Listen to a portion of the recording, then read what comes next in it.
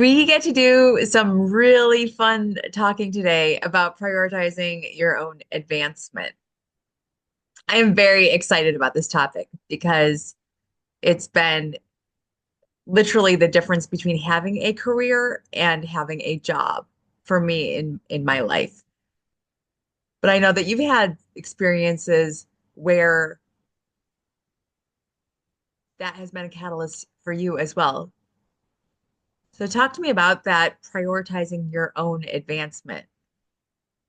Well, it started out as the life of a people pleaser. And then eventually, certain circumstances finally put the pin in that. And I realized that I had to take care of myself. No one else was going to do it. And that was personally and professionally. And the way it lent itself to my professional life was that when I stopped paying attention to what everyone else needed professionally too, and I have a really good story about that. Um, I started making money. I started winning. I started advancing. Like became successful. It was and personally, when I stopped prioritizing other people, I started noticing things about myself, things that needed fixing, things that's actually kind of cool that I am that way or have that skill. I should lean into that maybe. And then all of the positive things started happening. I got a better job. I started doubling and tripling my income and getting promoted and winning big clients and meeting the right people and seeing fabulous human beings like yourself. Uh,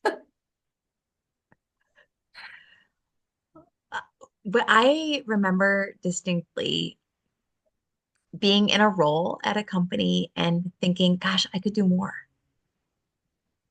and feeling very pigeonholed and very constrained around that, and taking a really long time to ask for more responsibility or different responsibility, more of a sales oriented role than an office role. And it happened over and over again. I'd get a position or role, I'd learn it really well. And part of it, I think I would get a little bored, like I can do more. But I'd also look around and see high achievers around me and think I could be more. I can't just not just take on more responsibility. And I know there's a lot of complaint of like, I get more work and less pay and no more pay and those sorts of things. But I did my time. I worked at those lower levels and I worked really hard at those lower levels for the same compensation and asked for more responsibility over and over again. And it took a decade of consistently doing that in my career to where I suddenly realized that I could and should be doing business development, that I shouldn't just be behind a desk. I wasn't made to not talk to people and to only work on spreadsheets or to limit my own abilities because that's what someone else looked at me as. And it takes a long time because within an organization or even within an industry, people think of you as something. So it here's a very funny story.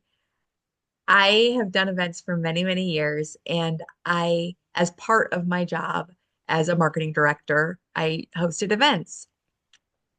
I was at a conference last year where I had a couple of events that I was handling for our clients. Additionally, I had 5 clients that were presenting. I had a pretty large role as it related to that conference. And someone saw me in a line and said, "Oh, you're the party planner girl." And I was like so surprised because I hadn't felt like that was the essence of my existence. I've had a company for 7 years, going on 8 years. I've had 20% year-over-year growth. I've got a whole team around me. I haven't been the party planner girl for 15 to 20 years. And it struck a little bit of a nerve with me, but I think it was that nerve of realizing I would still be there if I hadn't prioritized my own advancement. Everyone in the industry, everyone in my company would have been very happy for me to be the party planner girl for the rest of my life. Not as interesting at 45 as it was at 25 to be the party planner girl. I wanted to do so much more and build so much more in my career, but it's only because I've asked over and over and over again that I've had that experience. I don't tell me about your professional experience. Well, first, let me say, how empowering is it when you stand up for yourself like that, right? I stand up for myself internally. I didn't say anything to her. I just turned and walked away. Well, no, but I just mean you're not just a party planner girl. And because you asked for all those advancements and worked towards those advancements and, advocated for yourself to get those, Yeah. they weren't just handing them out to like, oh, here, do you want this? Like, no, you had to advocate for yourself. And I think that's something that we don't teach enough, and that I'm excited in Upskill that we're equipping women and students with the tools to feel really confident in making bigger asks Mhm. because it takes a lot of nerve to do it. And I was scared every time, really scared.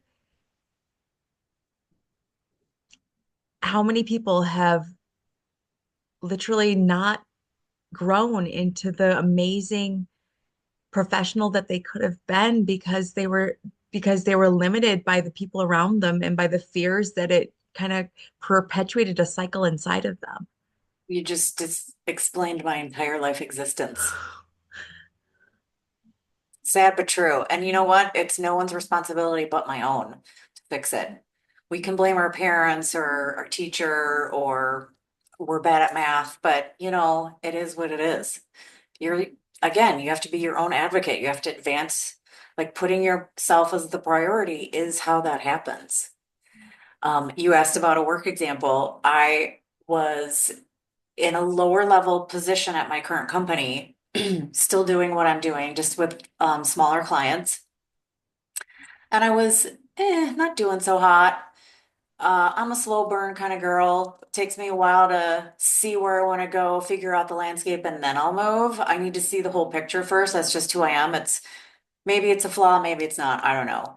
But I was having a conversation with my boss, and he was like, Gail, he's like, stop helping everyone. He's like, you're not helping yourself. He's like, all you're doing is making sure everybody on the team has everything that they need, and they're all selling and they're all kicking ass, except for you. And he goes, you want to know why? And I go, why? And he goes, because you're not advocating for yourself. You're worried about everybody else. You're not doing what you need to do for yourself. And so I thought about it for about a week and realized that he was right. And so I stopped doing that. And almost instantaneously, I could not stop selling. And then I got promoted. Like, how cool is that? And what a great boss. An amazing boss. Hmm. And it helped your team members take responsibility for their own preparation and their own sales journey. Which is the exact same experience I had before I got into this position. I was taking care of all of the people around me, making sure everybody had everything they needed and spending all of my time and money on everyone else instead of worrying about maybe where I should be taking myself. Because the lack I was experiencing and the career trajectory that I was not accomplishing was because I was too hyper focused on making sure everybody else was okay. I'm sure every mom in the world is like, oh, yeah, but I don't have kids, so I didn't have an excuse.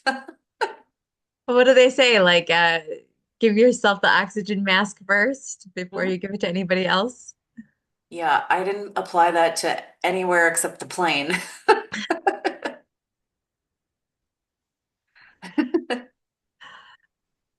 So, your advice for somebody who's looking at that next stage of their career, how do they build out that advancement plan? Is that something that they should be prepared for? Always. I think there's always a need to advocate for yourself, whether that's taking a course with Upskill, whether it's having a conversation with your boss and saying, this is where I want to go, help me get there, or this is how I see the plan in place. Like, advocate for yourself, put yourself first.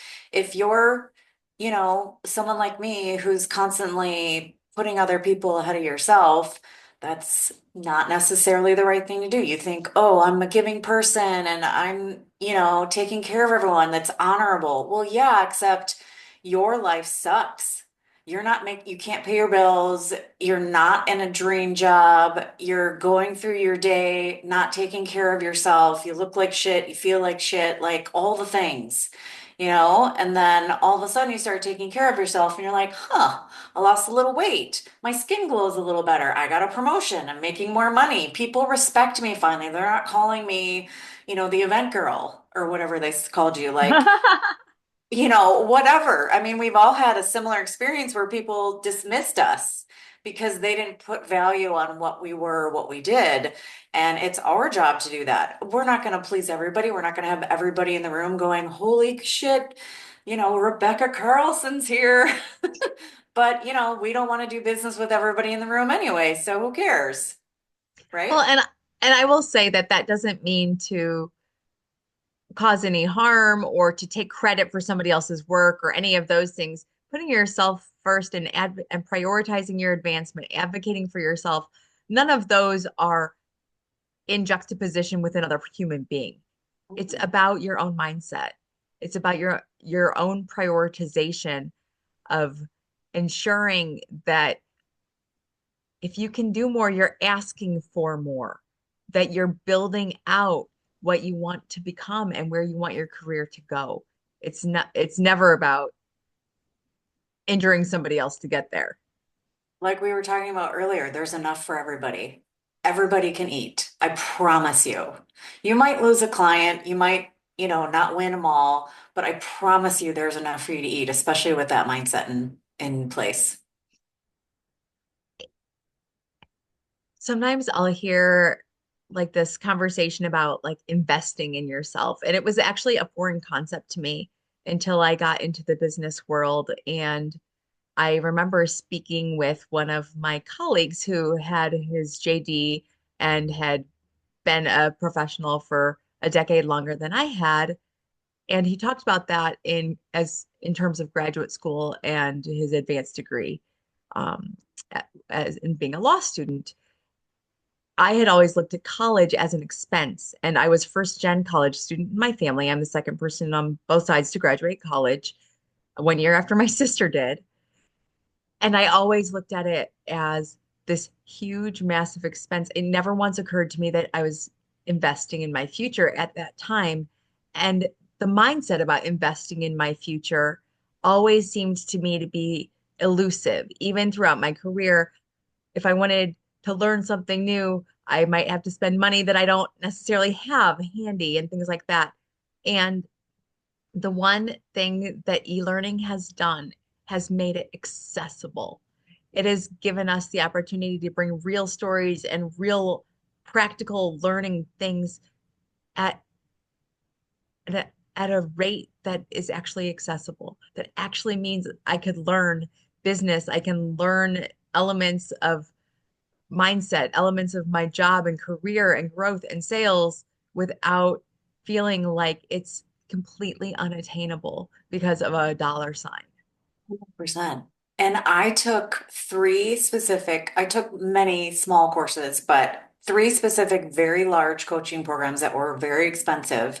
And I would do it all over again. I had that same mindset like, oh, well, it's too much money. I can't spend that. But you're not realizing the levels that you're going to grow and the things you're going to learn, they're going to shift how you approach a business deal, how you approach your relationships, how you approach thinking and to-do lists and habit forming and all of those things. And those are all things that project you into higher incomes, better clients, more time on your hands, whatever it is that you're looking for. And it's one of the reasons why I'm getting certified in neuro-linguistic programming because it is one of the modalities that was taught in those early coaching programs that I took that impacted me so heavily that I'm like, everybody needs to do this. It's great for sales. It's great for networking. It's great for your home relationships. It's great for just literally great for everything. It's great for shifting your mindset so that you can reposition how things, we all have those negative thoughts and